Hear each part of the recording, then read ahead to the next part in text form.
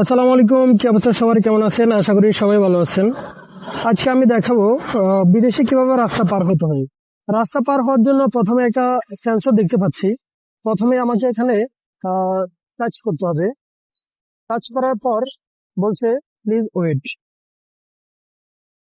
আমি এখন অপেক্ষা করব এবং ওই সাইনের দিকে দৃষ্টি রাখবো, কখন বলবে নাও ইউ ক্যান গো। দর্শক, আমি এখন হাঁটা সিগন্যালের অপেক্ষায়। সিগন্যাল পড়লে আমাকে হাঁটা শুরু করতে হবে, তার আগে কিন্তু নয়। এখানে খুবই দ্রুত গতিতে গাড়ি চলে এবং আপনি এই ধরনের ট্রাফিক সিগন্যালগুলো যদি না মেনে রাস্তা পার হন তাহলে আপনাকে জরিমানা গুনতে হবে। উন্নত বিশ্বে এভাবেই রাস্তা পার হতে হয়, আর এখানে সিগন্যাল ছাড়া রাস্তা পার হওয়া মানেই নিজের বিপদ ডেকে আনা।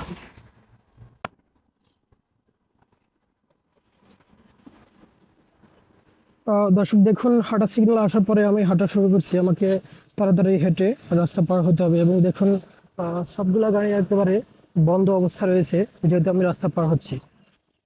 এই দেশটি এমন, এখানে সবচেয়ে বেশি পথচারীদেরকে অগ্রাধিকার দেওয়া হয় এবং আমি পার হয়ে এলাম, তারপরে কিন্তু গাড়িগুলো এখনো সাইন পায়নি পার হওয়া।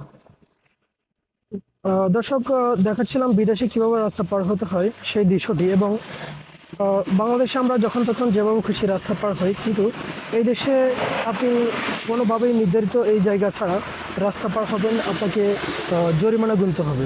শিক্ষণীয় ভিডিওটি ফলো দিতে পারেন, লাইক দিতে পারেন, কমেন্টে আপনার মতামত জানাতে পারেন এবং শেয়ার করে জানিয়ে দিতে পারেন অন্যদেরকে।